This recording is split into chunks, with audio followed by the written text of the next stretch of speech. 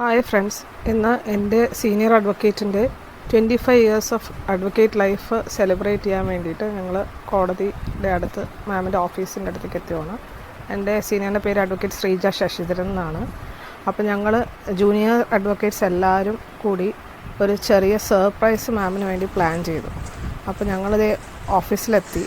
അപ്പം ഞങ്ങൾ ഇതിൻ്റെ പ്ലാനിങ്ങൊക്കെ ഒരു 1 month മുന്നേ സ്റ്റാർട്ട് ചെയ്തു.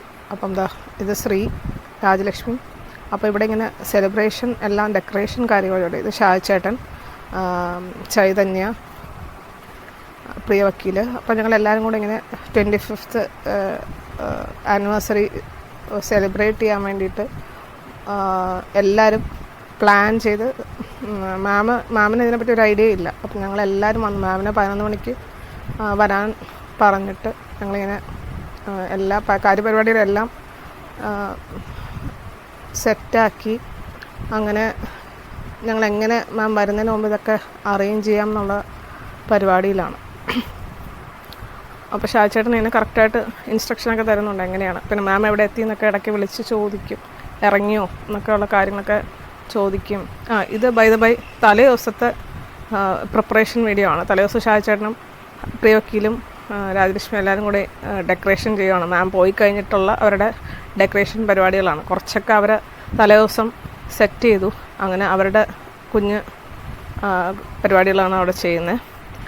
അങ്ങനെ എല്ലാം മാം അറിയാതെ ഒരു സീക്രട്ടായിട്ട് മാമിൻ്റെ സർപ്രൈസ് പോലെ കൊടുക്കാനായിട്ട് ഞങ്ങൾ മാക്സിമം എല്ലാവരും അങ്ങനെ ചെയ്തു. ഇതാണ് ഫൈനലായി നമ്മുടെ ഡെക്കറേഷൻ എല്ലാം സെറ്റ് ചെയ്ത് കഴിഞ്ഞിട്ടുള്ള ലുക്ക്. അപ്പം ഷാജേട്ടൻ പറയുന്നുണ്ട് എല്ലാം എങ്ങനെ വേണം, എന്താ ചെയ്യേണ്ടതെന്നൊക്കെ ഉള്ളത് കൃത്യമായിട്ട് പറഞ്ഞു. നമ്മുടെ ഫൈനൽ ലുക്ക് ഇതാ റെഡിയായി. അങ്ങനെ ഇനി മാം വരാനുള്ള വെയിറ്റിങ്ങിന് വേണ്ടിയിട്ട് അപ്പോൾ ഞങ്ങളങ്ങനെ എല്ലാം റെഡിയാക്കി. ഫൈനലി എല്ലാം കഴിഞ്ഞ് ഞങ്ങൾ പൂവൊക്കെ കൊടുക്കാൻ വേണ്ടി ഞങ്ങൾ ഈ റൂമിൽ ഒളിച്ചിരിക്കുകയാണ്. മാം വരുമ്പോൾ സർപ്രൈസ് ഞങ്ങളെ ഇത്രയും പേരെ കാണാണ്ട്, ജൂനിയേഴ്സിനൊന്നും കാണാണ്ടിരിക്കണം. അപ്പോൾ ഞങ്ങൾ ഈ റൂമിനകത്ത് കയറിയിരുന്നു. അത് കഴിഞ്ഞ് ഷാജേട്ടനും പ്രിയ വക്കീലും മാത്രമേ ഉള്ളൂ എന്നുള്ള രീതിക്കാണ്. മാം വരാൻ ആവുന്നു. അപ്പം ഇങ്ങനെ സെറ്റാക്കി അവർ മാം അവിടെ വണ്ടി വെച്ചു. അപ്പോൾ ഇപ്പം മാം കയറി വരുന്നുണ്ട്. അങ്ങനെ മാം വരുന്നുണ്ട്. ഞങ്ങൾ അകത്തിരുന്ന് നോക്കുവാണ് ഇങ്ങനെ. അതേ മാം വന്നു. അപ്പോൾ ഇത് നമ്മൾ ക്യാമറ സെറ്റ് ചെയ്തിട്ടുന്ന് മാമിൻ്റെ എക്സ്പ്രഷൻ ഷൂട്ട് ചെയ്യാൻ വേണ്ടിയിട്ട് നമ്മളിങ്ങനെ വെച്ചായിരുന്നു. അപ്പോൾ മാം ഇപ്പോൾ വരും. അങ്ങനെ എല്ലാവരും ഭയങ്കര അകത്ത് ഭയങ്കര എക്സൈറ്റഡ് ആയിരുന്നു. അങ്ങനെ മാം വന്നു. അങ്ങനെ ശരിക്കും എന്താ പറയുക, മാം ഇവർ രണ്ടുപേരും മാത്രമേ ഉള്ളൂ എന്നുള്ളൊരു ഇതിലാണ് മാം വരുന്നത്. അപ്പം ശരിക്കും മാം ഇങ്ങനെ സർപ്രൈസ്ഡായി മാം കണ്ടപ്പോൾ. മാമിനോട് പറഞ്ഞിരുന്ന ചെന്നൈയിൽ നിന്ന് ഒരു ക്ലയൻറ്റ് വരുന്നുണ്ട്. അപ്പം സൺഡേ ആണ്. അപ്പം ചെന്നൈയിൽ നിന്ന് ഒരു ക്ലയൻറ്റ് വരുന്നത്. അപ്പോൾ മാം ചോദിക്കുവാണ് ഇങ്ങനെ പൂക്കെ കൊടുത്തു. അപ്പം മാം സന്തോഷമായി. എന്നിട്ട് മാം ചോദിക്കുന്നുണ്ട് ചെന്നൈയിലെ ക്ലയൻറ്റ് എവിടെ എന്നൊക്കെ പറഞ്ഞിട്ട്. അങ്ങനെ മാം അങ്ങനെ ഇവർ രണ്ടുപേരും മാത്രമേ ഉള്ളൂ എന്നുള്ള ഇതിൽ ഇങ്ങനെ നിൽക്കുമായിരുന്നു. അപ്പോൾ ഓരോരോ ജൂനിയേഴ്സായിട്ട് ഇറങ്ങി വന്നു. അപ്പം മാം ശരിക്കും അന്തം വിട്ടു. മാം ഭയങ്കരമായിട്ട് സർപ്രൈസ് ആയിപ്പോയി എല്ലാവരെയും കണ്ടപ്പോഴേ. ശ്രീ എറണാകുളത്തുനിന്ന് വെളുപ്പിനെയുള്ള ട്രെയിനിന് വന്നു. ഇത് മെർസൽ. അങ്ങനെ ഓരോരുത്തരായിട്ട് പൂവൊക്കെ കൊടുത്തു. മാം ഭയങ്കര ഹാപ്പിയായി. പക്ഷെ ഒട്ടും എക്സ്പെക്റ്റ് ചെയ്തില്ല മാം ഇങ്ങനെ ഒരു പരിപാടി നമ്മൾ സെറ്റ് ചെയ്യുന്നുള്ളത്. എൻ്റെ ഓൾ ക്രെഡിറ്റ്സ് ഷാജേട്ടനും പ്രിയ വക്കീലും. അപ്പോൾ ഇവർ രണ്ടുപേരും ആണ് മാസ്റ്റർ പ്ലാൻ എക്സിക്യൂട്ട് ചെയ്തത്. നമ്മളെല്ലാവരും കൂടി എക്സിക്യൂട്ട് ചെയ്തു. അപ്പം എല്ലാവരും അതൊരു ഭയങ്കര സന്തോഷമുള്ള മൊമെൻ്റ് ആയിരുന്നു. മാമിനെ ഇങ്ങനെ സർപ്രൈസ്ഡായിട്ട് കാണുക, എല്ലാ ജൂനിയേഴ്സും വന്ന് ഇങ്ങനെ ഒരു സെലിബ്രേഷൻ മൂഡാക്കുക എന്നുള്ളത്. അപ്പം എല്ലാവരും ഹാപ്പി ആയിരുന്നു. അങ്ങനെ ഞങ്ങൾ ഒരു കുഞ്ഞ് കേക്ക് കട്ടിങ് പോലെയൊക്കെ സെറ്റ് ചെയ്തു. അങ്ങനെ ഓർഗനൈസ് ചെയ്തു. 2 ആഴ്ച മുമ്പേ ഒരു കക്ഷി വരുന്ന പറഞ്ഞിട്ട് ഒരു മാസം തുടങ്ങിയ പരിപാടി ഗൂഗിൾ മീറ്റിംഗ് ഒക്കെ വെച്ച് എല്ലാം വന്നിട്ട് എനിക്ക് വല്ലതും പറയേണ്ടി വന്നാലോ ഞാൻ പറ്റാൻ നോക്കി. എന്നാലും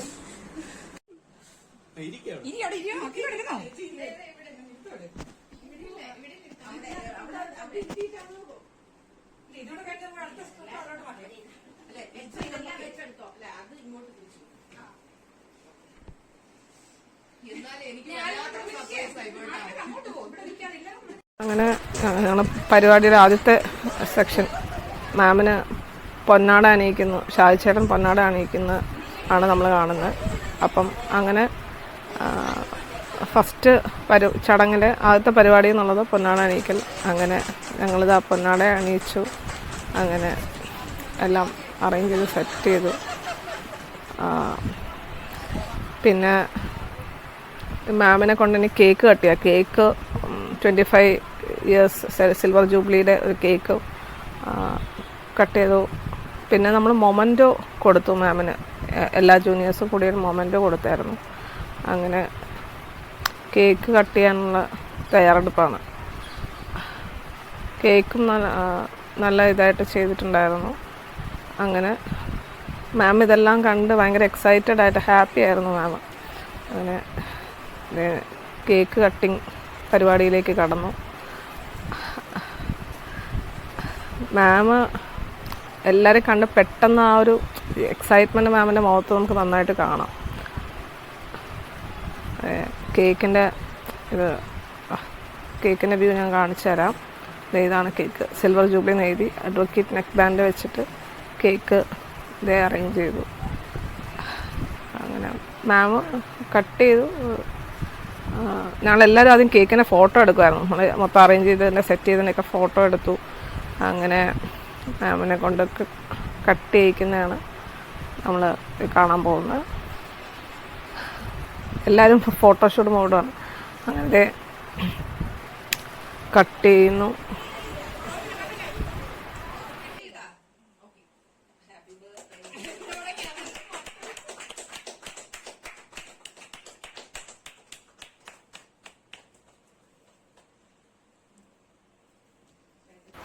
അങ്ങനെ കേക്ക് ഇതേ കട്ട് ചെയ്യുന്നു. പിന്നെ മാം ഓരോരുത്തർക്കായിട്ട് കേക്ക് കൊടുക്കുന്ന ഒരു ആണ് നമ്മൾ കാണാൻ പോകുന്നത്. ആദ്യം ഷാജിച്ചേട്ടന് കൊടുത്തു. പിന്നെ ഓരോ ജൂനിയേഴ്സിനെ ആയിട്ട് കേക്ക് മാം ഓരോരുത്തർക്ക് കൊടുത്തു. ഓരോരുത്തരായിട്ട് ഫ്രണ്ടിലേക്ക് വന്നു. ഓരോരുത്തർ കേക്ക് കഴിക്കാനായിട്ട് വന്നു. ആദ്യം പ്രിയ വക്കീൽ പോയി.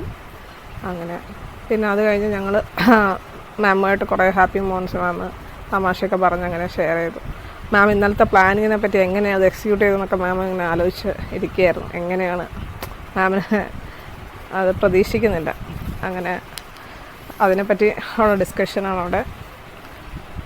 അങ്ങനെ പിന്നെ നമ്മൾ കേക്ക് എല്ലാവരും കഴിക്കാനായിട്ട് അവിടെ ഇരുന്ന് കുറച്ച് നേരം വർത്താനമൊക്കെ പറഞ്ഞ് അങ്ങനെ എല്ലാവരും കാര്യങ്ങളും വിശേഷങ്ങളൊക്കെ തിരക്കി. അങ്ങനെ എല്ലാവരും അങ്ങോട്ടും ഇങ്ങോട്ടും വളരെ ഹാപ്പി ആയിട്ട് സംസാരിച്ചു. അങ്ങനെ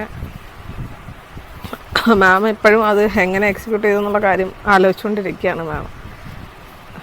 അതൊക്കെ ഓൾ ക്രെഡിറ്റ്സ് ഷാജിച്ചേട്ടൻ, പ്രിയ വക്കീൽ അവർ ഞങ്ങൾ ഗൂഗിൾ മീറ്റൊക്കെ വിളിച്ചു എല്ലാം അറേഞ്ച് ചെയ്ത് സെറ്റ് ചെയ്തു. അങ്ങനെ മൊത്തം പ്ലാനിങ്ങും എക്സിക്യൂഷനും കാര്യങ്ങളും. പിന്നെ മാമിനോട് പാട്ട് പാടാൻ ഞങ്ങളിങ്ങനെ പറഞ്ഞു. അപ്പോൾ മാം ഏത് പാട്ട് പാടണമെന്നൊക്കെ പറഞ്ഞ് ഇങ്ങനെ ആലോചിച്ച് ഇങ്ങനെ ഇരിക്കുകയായിരുന്നു. പാട്ട് പാടിയില്ല ലാസ്റ്റ്. അങ്ങനെ നമ്മളത് മാമിൻ്റെ ഓഫീസ് റൂമിലേക്ക് എത്തി. അപ്പം ഇനി അടുത്ത ഓരോരുത്തരായിട്ട് മാമിനെ പറ്റി എന്ത് പറഞ്ഞ് സംസാരിക്കാൻ അറിവിലേക്കായിട്ട് നമ്മൾ പറയാം. മാർച്ച് 13-നാണ് നമ്മൾ ആദ്യമായിട്ട് ഒരു ഗ്രൂപ്പ് തുടങ്ങി. ഇതിനുള്ള പരിപാടിയുടെ പ്രോഗ്രാമിന്റെ കാര്യങ്ങളെല്ലാം ചർച്ച ചെയ്യാൻ വേണ്ടിയിട്ട് ഗ്രൂപ്പ് തുടങ്ങിയത് മാർച്ച് 13. അപ്പോഴെല്ലാവരും ഉണ്ടായിരുന്നു. അത് സുരമ്യ ഒഴികെ ബാക്കി എല്ലാവരും ആ ഗ്രൂപ്പിൽ വന്നു. സൂം മീറ്റിംഗ് വെച്ചു. അതിനകത്ത് കാര്യങ്ങളെല്ലാം ചർച്ച ചെയ്തു. എങ്ങനെയാവണമെന്നുള്ള കാര്യങ്ങളെല്ലാം നമ്മൾ പ്ലാൻ ചെയ്തു. അവരുടെ അഭിപ്രായങ്ങളെല്ലാം പറഞ്ഞു. അപ്പൊ അതനുസരിച്ച് തന്നെ ഇതുവരെയുള്ള കാര്യങ്ങളെല്ലാം കൃത്യമായിട്ട് നമുക്ക് ചെയ്യാൻ പറ്റി. എല്ലാവർക്കും എത്താൻ പറ്റി. ദൂരമൊക്കെ വന്നു. നമ്മൾ പറഞ്ഞ പോലെ കക്ഷിയെ പ്രതീക്ഷിച്ച്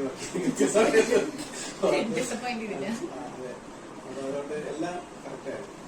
അപ്പോൾ ഇത് ആഘോഷിക്കാൻ നമ്മൾ കാരണം ഉണ്ട്. കാരണം 25 വർഷം എന്ന് വെച്ചാൽ കൃത്യമായി 25 വർഷം. ഇതിനിടയ്ക്ക് സാധാരണ വനിതാ അഭിഭാഷകരൊക്കെ എങ്ങനെയായാലും 1 വർഷം 2 വർഷം ഇനിയിപ്പോൾ 1 വർഷമെങ്കിലും എന്ത് ചെയ്യും, ലീവ് എടുക്കും അവരുടെ ഡെലിവറി. പക്ഷെ വക്കീൽ ആകപ്പാടെ 30 ദിവസമാണ് ഈ സമയത്ത് ലീവ് എടുത്തത്. ചിന്തിക്കാൻ പറ്റാത്തൊരു കാര്യമാണ്. തിരുവനന്തപുരത്ത് ഒരിക്കലും ആരും അങ്ങനെ ചെയ്തിട്ടുണ്ടാവില്ല. തിരുവനന്തപുരത്ത് എനിക്ക് തോന്നുന്നില്ല വനിതാ ഭാഷ. കൃത്യം ഒരു കാരണം ഡെലിവറിക്ക് പോകുന്നതിന്റെ തലേ ദിവസം കൂടെ വന്നു എന്ന് പറഞ്ഞാൽ അത് വിശ്വസിക്കും. സത്യമായിട്ടുള്ള കാര്യമാണ്. കാര്യം നോക്കാൻ വേറെ ആളില്ല, ജൂനിയേഴ്സ് അപ്പോൾ ആരുമില്ല, സെഷൻസ് ഉണ്ട്, ട്രയൽ നടക്കുന്നു, 1-2 കോടതിയിൽ ട്രയൽ നടക്കുന്നു. അപ്പോ പലരും പറയുന്ന കേട്ടിട്ട് എനിക്ക് വിഷമം ഉണ്ടായിട്ടുണ്ട്, ഈ കൊച്ചിന് വീട്ടിൽ കിടന്നുകൂടെ എന്ന് പറയുന്നത് ഞാൻ കേട്ടിട്ടുണ്ട്. പിന്നെ പ്രസവിച്ച് 1 മാസം കഴിഞ്ഞ് വന്നപ്പോഴും പ്രസവിച്ചിട്ട് 100 ലിറ്റർ കഴിഞ്ഞുള്ളൂ, ഇപ്പൊ ഈ കൊച്ചിന് വീട്ടിൽ നിന്നൂടെ എന്ന് പറയുന്നതും ഞാൻ കേട്ടിട്ടുണ്ട്. അപ്പോൾ ഞാനൊന്നും പറഞ്ഞിട്ടില്ല. അപ്പൊ അങ്ങനെ ഉള്ള ഒരു സാഹചര്യം അപ്പോഴേ കൂടെ ഉള്ളത് കൊണ്ട് നമ്മള് എനിക്ക് അറിയാം. ഇങ്ങനെയൊക്കെ പലരും പറഞ്ഞിട്ടുണ്ട്. പക്ഷെ അങ്ങനെ പലരും പറഞ്ഞിട്ടും ചെയ്യുന്ന ജോലിയോടുള്ള ഒരു ആത്മാർത്ഥത ഉണ്ട്. ഫീസ് കിട്ടിയാൽ എടുക്കുന്ന ജോലിയുടെ ആത്മാർത്ഥത കൊണ്ട് എനിക്കായി അതൊന്നും ശ്രദ്ധിക്കാറില്ല. ജോലിയിൽ മാത്രം ശ്രദ്ധിച്ചു. അപ്പൊ നമുക്ക് നമ്മളെ സംബന്ധിച്ച് നമ്മളെല്ലാവരും പിന്നെ ഇവിടെ വനിതകളെ എടുക്കാറുള്ളൂ. അപ്പൊ ഞാൻ മാത്രമേ ഉള്ളൂ. എനിക്ക് ഒരാളെ ജൂനിയർ വയ്ക്കണമെന്ന് അത് വനിത വെക്കണമെന്ന് ആലോചിക്കൊണ്ടിരിക്കുകയാണ്. കൂടുതൽ സമയം കുറിച്ച് ചെയ്യാൻ പറ്റും. അപ്പൊ എന്തായാലും അതുകൊണ്ട് നിങ്ങൾക്ക് എല്ലാവർക്കും ഒരു പ്രചോദനമാണ്. ജോലി ഏത് ജോലിയായാലും അതിനോടുള്ള ഒരു കമ്മിറ്റ്മെന്റ് പൈസയ്ക്ക് വേണ്ടി മാത്രമല്ല. അപ്പൊ അതുകൊണ്ടാണ് ഈ തിരക്കിനിടയിലും ഞാനിപ്പോഴും വഴക്കുണ്ടാക്കാറുണ്ട്. ലീഗൽ സർവീസ് അതോറിറ്റിയുടെ കേസ് എടുക്കാറുണ്ട്. ഞാൻ കുറെ ആകുമ്പോൾ ഈ ദേഷ്യം ഒരു വഴക്കൂടും. അപ്പൊ അങ്ങനെയൊക്കെ ഉണ്ട്. ഈ സാധാരണ തുടക്കക്കാരാണ് DLS കേസുകൾ എടുക്കുന്നതാണ് പോകുന്നത്. പിന്നെ കൊച്ചിന് ഈ പറയുന്ന കുട്ടി കരയും രാവിലെ അറിയാം, 1 മാസം 2 മാസം 3 മാസം കുട്ടികൾ അങ്ങനെയാണ് ഒപ്പമില്ലാതെ വീട്ടിൽ നിൽക്കുന്നത്. അപ്പം കൊച്ചിന് 1 വയസ്സൊക്കെ ആകുമ്പോൾ കുറച്ച് അറിയാറാവും. അപ്പൊ ഡ്രസ്സ് മാറുമ്പോഴേക്കും അറിയാം ഇന്ന് പോവുകയാണ്, കുട്ടി വിളിയോണം. അല്ലെങ്കിൽ അൺപ്രിവിലേജ്ഡ് ആയിട്ടുള്ള ഒരുപാട് ആൾക്കാർക്ക് ഒരുപാട് നല്ല നല്ല കാര്യങ്ങളൊക്കെ ചെയ്യാൻ മാഡത്തിന് സാധിക്കുന്നുണ്ട്. ഇനിയും മുന്നോട്ട് അത് സാധിക്കട്ടെ. അപ്പൊ ഒരുപാട് ആൾക്കാർക്ക് മാഡത്തിന്റെ നിയമസഹായങ്ങളും മാഡത്തിന്റെ ഇതുപോലെയുള്ള സപ്പോർട്ടും മാഡത്തിന്റെ ചിന്താഗതിക്ക് അനുസരിച്ച് സമൂഹം മാറട്ടെ. അല്ലെങ്കിൽ മാഡത്തിന് അതിനെല്ലാം ദൈവം കേപ്പബിലിറ്റി കൊടുക്കട്ടെ. ഇനി ഇതുപോലെ നമുക്ക് 50ാമത്തെ വർഷം ആഘോഷിക്കാൻ പറ്റട്ടെ. അങ്ങനെ ആശംസിക്കുന്നു. Thank you. ഒരു സപ്പോർട്ട്, ഒരു മോറൽ സപ്പോർട്ട് മാം ഭയങ്കരമായിട്ട് തന്നിട്ടുണ്ട്.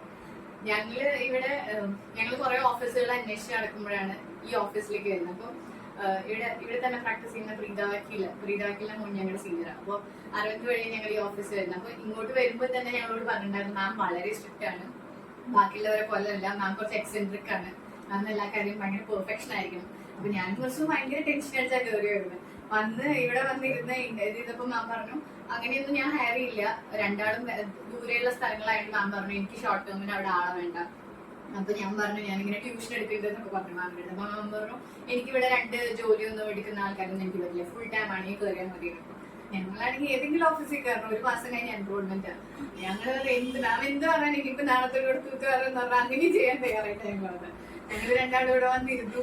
മാമിന്റെ ഓഫീസിൽ കയറുമ്പോൾ നല്ല മാം ഭയങ്കര കംഫർട്ടബിൾ ആണെങ്കിലും മാം പറയുന്നതിന് ഭയങ്കര പറയില്ലേ സ്ട്രിക്റ്റ് ആയിട്ടാണ് മാം പറയുന്നത്. പക്ഷെ മാം അത് കംഫർട്ടബിൾ രീതിയിലാണ് പറയുന്നത്. അപ്പൊ നമുക്ക് അതിലൊരു നെഗറ്റീവ് സൈഡ് പറയാനില്ല. ഞങ്ങളിവിടെ വരുമ്പോഴും ഞങ്ങൾ 2ആളും ഒരു ഹോസ്റ്റലിലായിരുന്നു. അപ്പൊ അവിടെ നിന്ന് വന്നിവിടെ പ്രാക്ടീസ് ചെയ്യും. ഞങ്ങൾക്ക് ഇപ്പൊ പുറത്താക്കുന്ന വരില്ല, അല്ല മാം ഒന്നും പറയില്ല. പക്ഷെ ഞങ്ങൾക്ക് ഓട്ടോമാറ്റിക്കലി ആ ഒരു ഇൻസ്റ്റിങ്ക്റ്റ് ആയിരുന്നു. ഞങ്ങൾ നല്ലോണം പിടിച്ചിട്ടായിരുന്നു തുടക്കത്തിൽ. ഞങ്ങൾ എന്ത് ചെയ്താലാണ് മാമിന് റോങ് അടിക്കുക എന്നുള്ളൊരു തോട്ട് ഉണ്ടായിരുന്നു. എനിക്കിപ്പോഴും ഓർമ്മയുണ്ട്, ഞാൻ എൻറോൾ ചെയ്ത് കറക്റ്റ് ഒരാഴ്ച ഇപ്പൊ മാം എനിക്കൊരു കെട്ടെടുത്ത് തന്നിട്ട് മാം പറഞ്ഞു പോയി ഹിയറിംഗ് പറയാൻ പോകും. അപ്പോ എന്നെ സംബന്ധിച്ച് ഞങ്ങളുടെ ബാച്ചിലുള്ള ആരും അത് ചെയ്തിട്ടില്ല. ഞാൻ അവിടെ പോയി മാം തൊട്ടടുത്തിരിക്കുക, മാമിന്റെ അടുത്ത് ഡൗട്ട് ചോദിക്കാൻ എനിക്ക് പേടി. ഞാൻ എന്നിട്ട് അപ്പുറത്തിരിക്കുന്ന വക്കീലിന്റെ അടുത്ത് ഡൗട്ട് ചോദിച്ചു. അപ്പൊ മാം പറഞ്ഞൊരു സ്റ്റേറ്റ്മെന്റ് എനിക്ക് ഓർമ്മയുണ്ട്. മാം പറഞ്ഞു എന്താ മുറിവൈദ്യം പഠിച്ചവരുടെ അടുത്ത് ചോദിച്ച മുറിവൈദ്യം അറിയുള്ളൂ, അതിനുവേണ്ടി ഞാനിവിടെ ഇരിക്കുന്നത്, നിനക്ക് ഡൗട്ട് ഉണ്ടെങ്കിൽ നീ എന്നോട് ചോദിച്ചോളാം. എന്നിട്ട് മാം പറഞ്ഞു തന്നു. എനിക്ക് പക്ഷെ ഒന്നും തലയിൽ കയറുന്നില്ല, കാരണം കേസ് വിളിക്കാൻ പോവാ. മാം പറഞ്ഞു എന്തൊക്കെയോ കേട്ടു. ഞാൻ പോയി ഹിയറിംഗ് പറഞ്ഞു. ആ ജഡ്ജാണെങ്കിൽ ഞാൻ ജൂനിയർ ആയിട്ട് മാം എന്നെ നന്നായി കുടഞ്ഞു. അതിന്റെ ഇടയിൽ മാം ഒരു റിപ്പോർട്ട് വെച്ചിട്ടുണ്ടായിരുന്നു. മാം ജഡ്ജിന്റെ അടുത്ത് ചോദിച്ചു ഈ റിപ്പോർട്ട് ഇതാര് പ്രിപ്പയർ ചെയ്ത റിപ്പോർട്ടാണ്. സാധാരണ നമ്മൾ എന്താ പറയാ കൗൺസിലാന്ന് പറയും. ഞാൻ മാം എനിക്ക് തന്നു. പക്ഷെ ഭാഗ്യത്തിന് പിന്നെ ഒന്നും പ്രശ്നം ഉണ്ടായില്ല. ആ ഹിയറിംഗ് നോർമലായി പോയി, കുഴപ്പമൊന്നും ഉണ്ടായിരുന്നില്ല. ഒരു പ്രായമായിട്ടുള്ള ഒരു മാമിന്റെ ഒരു കേസാണ്. അത് കഴിഞ്ഞ് പിന്നീട് മാം മാമിനെ സംബന്ധിച്ച് നമുക്ക് കേപ്പബിലിറ്റി ഉണ്ടോ എന്ന് മാമിന് അറിയാം. അതിനനുസരിച്ച് മാം നമുക്ക് ചാൻസ് തരും. പക്ഷെ ആ ചാൻസ് തരുമ്പോൾ നമ്മളത് പൊട്ടൻഷ്യൽ എങ്ങനെ യൂസ് ചെയ്യുന്നതാണ് നമ്മുടെ കഴിവിരിക്കുന്നത്. ഞാനിവിടെ 9 മാസത്തോളം ഞാനിവിടെ പ്രാക്ടീസ് ചെയ്തിരുന്നു. ഈ 9 മാസത്തിൽ എന്നെയും മിർസുവിനെ സംബന്ധിച്ച് ഞങ്ങളിവിടെ പ്രാക്ടീസ് ചെയ്യുമ്പോൾ രാവിലെ വരിക, ഓടുക, കുറെ കാര്യങ്ങൾ ചെയ്യുക. 5 മണിയാകുമ്പോൾ ഞാൻ പോയി. ഇവിടെ മാമിന്റെ അടുത്ത് വന്നപ്പോ പറഞ്ഞു ട്യൂഷനൊന്നും പോകാൻ പറ്റില്ല, ഒന്നും പറ്റില്ല, അതിന്റെ സൈഡ് ബിസിനസ് ഒന്നും നടക്കില്ല. പക്ഷെ ഇവിടെ കറക്റ്റ് 5 മണിയാകുമ്പോൾ എന്റെ അടുത്ത് വരും, എനിക്ക് ട്യൂഷൻ എടുക്കാൻ പോണ്ടേ, എന്നെ ഇവിടെ ചീത്ത തന്നെ ഇറക്കുക.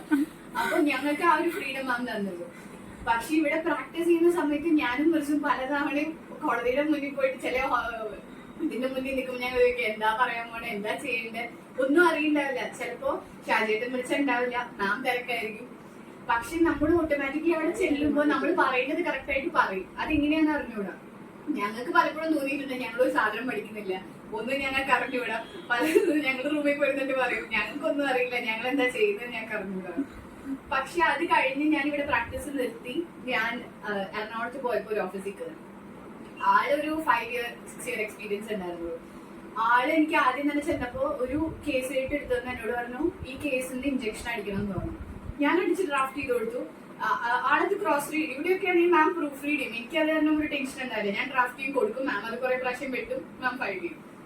അപ്പൊ എനിക്കത് കാരണം അത്ര പ്രശ്നം ഉണ്ടായിരുന്നില്ല. അവിടെ ഞാൻ ഡ്രാഫ്റ്റ് ചെയ്തു, അവരുടെ അടുത്ത് പോലെ പോയി ഹിയറിംഗ് പറഞ്ഞോളം പറഞ്ഞു. അന്ന് ഞാൻ ഹിയറിംഗ് പറയാൻ പോകുമ്പോ ഒരു ഗൈഡൻസ് ഇല്ല അവിടെ. അപ്പോഴാണ് ഞാൻ മനസ്സിലാക്കിയത് എല്ലാ ഓഫീസും ഇങ്ങനെ ആയിരിക്കണം എന്നില്ല. ഇവിടുന്ന് പോകുമ്പോ ഞാൻ ആദ്യമായിട്ട് എന്നോട് ഒരു ക്രോസ് എടുക്കാൻ പറഞ്ഞപ്പോ എന്നോട് മാം കെട്ട് തന്നു, പ്രിപ്പയർ ചെയ്തോളാൻ പറഞ്ഞു. ഞാൻ കുറെ പോയിന്റ്സ് എഴുതിക്കൊണ്ട് വന്നു. പിറ്റേ ദിവസം രാവിലെ കയറാൻ പോണ സമയത്താണ് മാം ചോദിക്കുന്നത് നീ എന്താ ചോദിക്കാൻ പോണേ. എന്നിട്ട് മാം കുറെ അതിന് വെട്ടിത്തിരുത്തി തന്നു. അപ്പൊ അതിൽ നിന്ന് പഠിച്ച കുറെ കാര്യങ്ങള് അവിടെ ചെന്ന് ഞാൻ അന്നാ ഇഞ്ചക്ഷൻ പറഞ്ഞു, അത് കിട്ടി. പക്ഷെ അതെനിക്ക് അവിടെ നിന്ന് ഒരു ട്രെയിനിങ് തന്നിട്ടുണ്ടായില്ല. എന്താ പറയണ്ടത്, ഞാൻ സിവിൽ മാറ്റർ പറഞ്ഞിട്ടില്ല. ഞാൻ ഇഞ്ചക്ഷൻ പറഞ്ഞപ്പോ എനിക്കപ്പോ ഞാൻ ആ കോടതിയുടെ മുന്നിൽ നിൽക്കുമ്പോൾ അത് പരിചയമില്ലാത്ത ജഡ്ജ്, ഇവിടെ ആകുമ്പോൾ കുറച്ചുകൂടെ പാനൽസ് നമുക്കറിയാം. അന്ന് ഞാൻ ശരിക്കും ഒന്ന് മാമിനെ ഭയങ്കരമായിട്ട് സ്മരിച്ചു. കാരണം എന്താ വെച്ച് കഴിഞ്ഞാൽ ഓട്ടോമാറ്റിക്കലി നമ്മൾ അറിയാതെ കുറെ ഇൻഫർമേഷൻസ് നമ്മുടെ ഉള്ളിൽ കയറുന്നുണ്ട്. അതൊക്കെ മാമിന്റെ ഗൈഡൻസ് ആണ്. അത് ഞാൻ അത് കഴിഞ്ഞ് ഇവിടെ വന്നപ്പോ ഞാൻ മാമിന്റെ അടുത്ത് പറഞ്ഞിട്ടുണ്ട്. കാരണം ഇവിടെ നിന്നപ്പോ എനിക്ക് മനസ്സിലായിട്ടായില്ല ഞാൻ എന്തൊക്കെയാ പഠിച്ചിരിക്കുന്നത്. എനിക്ക് അവിടെ എനിക്കിപ്പോ ഒരു ഫാമിലി മാറ്റർ ഒക്കെ എടുത്ത് തന്നു കഴിഞ്ഞാൽ അവിടെ എങ്ങനെയാ പറയാന്ന് വെച്ചാൽ ഇതൊരു മാറ്റർ ആണ്, എന്തൊക്കെ ഫയൽ ചെയ്യാൻ പറ്റും ഡ്രാഫ്റ്റ് ചെയ്തോളാൻ പറയും. ഇവിടെ എങ്ങനെയാന്ന് വെച്ചാൽ മാം പറയും ഇന്നത് ഡ്രാഫ്റ്റ് ചെയ്യണം, ഇന്നതാണ് ആദ്യം ഡ്രാഫ്റ്റ് ചെയ്യേണ്ടത്, എന്നിട്ട് നമുക്ക് ഇന്ന കേസ് കൊടുക്കണം. ഞാൻ അവിടെ അത് അപ്ലൈ ചെയ്യാൻ തുടങ്ങി. ഇപ്പൊ ഓഫീസിൽ ഇവിടെ മാം എന്താണ് എങ്ങനെയാണ് ഫാമിലി കേസ് ഫയൽ ചെയ്യാൻ പറയുന്നത് ആ ഫോർമാറ്റ് അവിടെ അവർ യൂസ് ചെയ്യുന്നത്. ഇവിടെ എത്ര സിസ്റ്റമാറ്റിക് ആണെന്ന് ഞാൻ ഇവിടെ നിന്ന് ഇറങ്ങി കഴിഞ്ഞപ്പോഴാണ് മനസ്സിലാക്കാൻ. പല ഓഫീസിനും ഇല്ലാത്തൊരു പ്രശ്നം അതാ, ഒട്ടും സിസ്റ്റമാറ്റിക് അല്ല. മാമിനൊരു ഓർഡർ ഉണ്ട്, അല്ലെങ്കിൽ മാമിനൊരു വിഷൻ ഉണ്ട്. അത് പല ഓഫീസുകൾക്കും ഇല്ലാത്തതാണ് പല ഓഫീസിന്റെയും പ്രശ്നം. അതിപ്പോ ഒരു ചെറിയ ക്ലയന്റ് ആയിക്കോട്ടെ, അതിവിടെ ഇമ്പോർട്ടന്റ് ആയിട്ടുള്ള ഒരു ക്ലയന്റ് ആയിക്കോട്ടെ, എല്ലാവർക്കും മാം ഒരു ഈക്വൽ സ്പേസ് കൊടുക്കുന്നുണ്ട്. ആ ഒരു സാധനം ഞാൻ ഭയങ്കരമായിട്ട് എന്താ പറയാ ഇൻഫ്ലുവൻസ്ഡ് ആയിട്ടുള്ള ഒരു ഫാക്ടറാണ്. ഞാനിപ്പോ പ്രൈവറ്റ് സെക്ടറിൽ അതായത് അറിയാലോ ഈ ഒരു സെക്ടറിൽ ഫിനാൻഷ്യലി ഒട്ടും ഇതായിരിക്കില്ല. ഞാൻ ഇൻഡിപെൻഡന്റ് ആയി നിൽക്കുന്ന ഒരാളാണ്, ഫാമിലിയുടെ കൂടെ അല്ല. അപ്പൊ അതുകൊണ്ട് തന്നെ ഫിനാൻഷ്യൽ സപ്പോർട്ട് കാണുന്നതുകൊണ്ട് ഞാൻ പ്രൈവറ്റ് സെക്ടറിലേക്ക് പോയിട്ടുള്ളൂ. പക്ഷെ അവിടെയാണെങ്കിൽ പോലും ട്രസ്റ്റും അതും ഇതൊക്കെ എനിക്ക് ചെയ്യാനുള്ള ഒക്കെ SBIയുടെ ഡോക്യുമെന്റ്സ് നിന്ന് വെരിഫൈ ചെയ്ത് വായിച്ച് എനിക്കിവിടെ തണ്ടുപേരെന്താ അതെന്താ ഇതെന്താ ഒന്നും അറിയണ്ടല്ല. SBIയുടെ കിട്ടി വരും, എനിക്ക് മെസ്സേജ് എടുത്ത് വരും, ഞങ്ങളിരുന്ന് വായിക്കും, അത് ചെയ്യും. അതായിരുന്നു ഇവിടെ ആ ഡോക്യുമെന്റ്സ് ഒക്കെ ചെയ്ത് അല്ലെങ്കിൽ അതൊക്കെ വായിച്ചുകൊണ്ടാണ് എനിക്കത് മനസ്സിലായത്. ഞങ്ങളുടെ ബാച്ചിൽ തന്നെയുള്ള കുറെ പേര് അല്ലെങ്കിൽ ഞങ്ങളുടെ ജൂനിയേഴ്സ് പലരും വിളിച്ച് ഡൗട്ട് ചോദിക്കുമ്പോൾ എനിക്ക് ഡൗട്ട് പറഞ്ഞു കൊടുക്കാൻ പറ്റുന്നത് ഇവിടെ ചെയ്തുകൊണ്ടാണ്. ഇതുപോലെ ഒരു ഓഫീസ് ഞാൻ ഒന്നും പഠിച്ചിട്ടില്ല, വേറെ ഒരു ഓഫീസ്. അപ്പോഴേക്കും ഞാൻ വലിയ ഗ്യാപ്പ് എടുത്തു, ഒരു 8 വർഷം.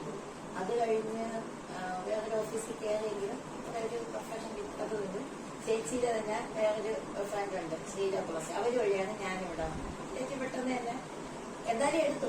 ചേച്ചി ഇങ്ങനെ ഹരിത വക്കീൽ പോയ സമയത്തായിരുന്നു എനിക്ക് ഇവിടെ ഒരു ഇത് കിട്ടി. അപ്പോഴൊക്കെ വന്നിട്ട് ശരിക്കും പറഞ്ഞാൽ ഇവിടെ വന്ന് രണ്ടാമത്തെ ഒരു ഇതിൽ തന്നെയാണ് ചേച്ചി നമുക്ക് ഫ്രീഡായിരുന്നു. അപ്പൊ എവിടെ എല്ലാ കോടതിയിലും വരും. അങ്ങനെ ഷാജിയൻ തന്നെയാണ് പറഞ്ഞത്. ചേച്ചി കുറെയൊക്കെ പറഞ്ഞു, ചേച്ചി ഭയങ്കര തിരക്കായിരിക്കും. അപ്പൊ ഷാജിയനെ പോയിട്ട് വിളിച്ച് അങ്ങനെയാണ് ഇതിൽ തന്നെ ഇപ്പൊ നിൽക്കുന്നത്. പിന്നെ ഞാൻ നേരത്തെ പറയുന്നത് ചേച്ചി ഒരു ഇൻസ്പിറേഷൻ. ഇനി ഒരു അങ്ങനെ ഒത്തിരി ചൈതന്യം സംസാരിച്ചു. പ്രീവക്കിൽ എല്ലാ ജൂനിയേഴ്സും മാമിനെ പറ്റി കുറച്ച് സംസാരിച്ചു. അങ്ങനെ ഇനി ഞങ്ങളുടെ സീനിയർ ഞങ്ങളോട് കുറച്ച് ഇൻട്രാക്ട് ചെയ്തതാണ്. മാം വന്ന് ഈ ഫീൽഡിലേക്ക് വന്നു, മാമിൻ്റെ സ്ട്രഗിൾസ്, അങ്ങനെ എല്ലാ കാര്യങ്ങളും ഒരു ലേഡി അഡ്വക്കേറ്റ് ആയാൽ എന്തൊക്കെ ഫേസ് ചെയ്യണം, എങ്ങനെയൊക്കെയാണ് ഹാർഡ്ഷിപ്സ്, എങ്ങനെ മാം ഇത്രയും വർഷം ഈ ഫീൽഡിൽ നിന്നു, മാമിൻ്റെ ഹാർഡ് വർക്ക്, സ്ഥിരമായിട്ട് ക്ലയൻസായിട്ട് ഇൻട്രാക്ട് ചെയ്യുന്ന രീതി, എങ്ങനെയാണൊരു വർക്ക് എടുത്താൽ അത് കമ്മിറ്റ്മെൻറ്റോടെ ചെയ്യേണ്ടത്, അങ്ങനെയുള്ള പല കാര്യങ്ങളും മാം ഞങ്ങൾക്ക് പറഞ്ഞു തന്നു. അതായത് മാം അത് ശരിക്കും ഒരു ഇൻസ്പിറേഷനാണ്. ലേഡീസ് ഈ ഫീൽഡിലേക്ക് വരണം എന്ന് ആഗ്രഹിക്കുന്നൊരു സീനിയറാണ് ഞങ്ങളുടേത്. ഞങ്ങളുടെ ഓഫീസിൽ മാം ലേഡീസിന് മാത്രമേ എടുക്കാറുള്ളൂ. അപ്പോൾ എപ്പോഴും വുമൺ എംപവർമെൻറ്റിൽ മാം ഊന്നൽ കൊടുക്കുന്നുണ്ട്. അപ്പം മാം പറഞ്ഞിട്ടുണ്ട് പല കഷ്ടപ്പാടുകളുണ്ടെങ്കിലും ഇതിലേക്ക് മുന്നേറി വരാം എന്നുള്ളത് ഒരു കാര്യമാണ് മാം നമുക്ക് പറഞ്ഞു തന്നത്. അപ്പോൾ ഇതെല്ലാവർക്കും ഒരു ഇൻസ്പിറേഷനും മോട്ടിവേഷനൊക്കെ ആവാൻ നല്ലതായിരുന്നു. അങ്ങനെ ഈ സ്ട്രഗിൾസും സക്സസ്സും എല്ലാം മാം ഷെയർ ചെയ്തു.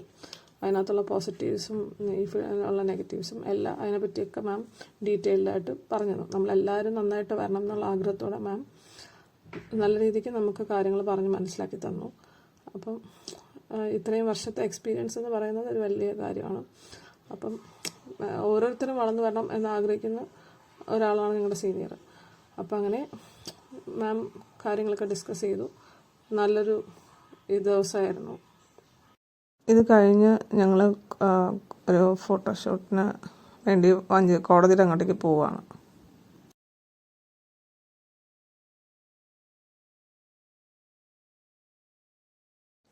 ഞങ്ങളെല്ലാവരും ഹാപ്പിയായിട്ട് കോടതിയുടെ അങ്ങോട്ടേക്ക് നടക്കുവാണ്. കുറച്ച് ഫോട്ടോസൊക്കെ മാമിൻ്റെ ഒപ്പം എടുക്കാം എന്നുള്ള രീതിക്ക് ഞങ്ങളെല്ലാ ജൂനിയേഴ്സും മാമിനെ ഫോളോ ചെയ്ത് കോടതിയുടെ അങ്ങോട്ട് പോയി കുറേ നല്ല പിക്ചേഴ്സ് എടുത്തു.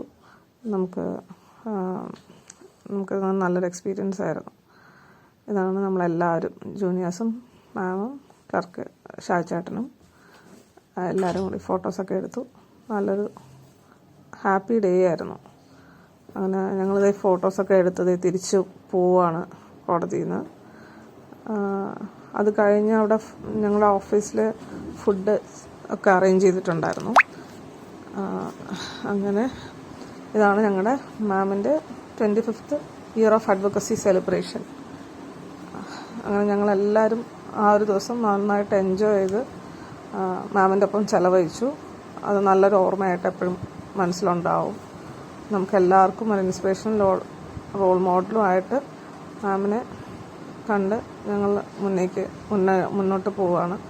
അപ്പോൾ എല്ലാവർക്കും ഈ വീഡിയോ ഇഷ്ടമായെന്ന് ഇഷ്ടമായെങ്കിൽ എല്ലാവരും like, share and subscribe. Thank you.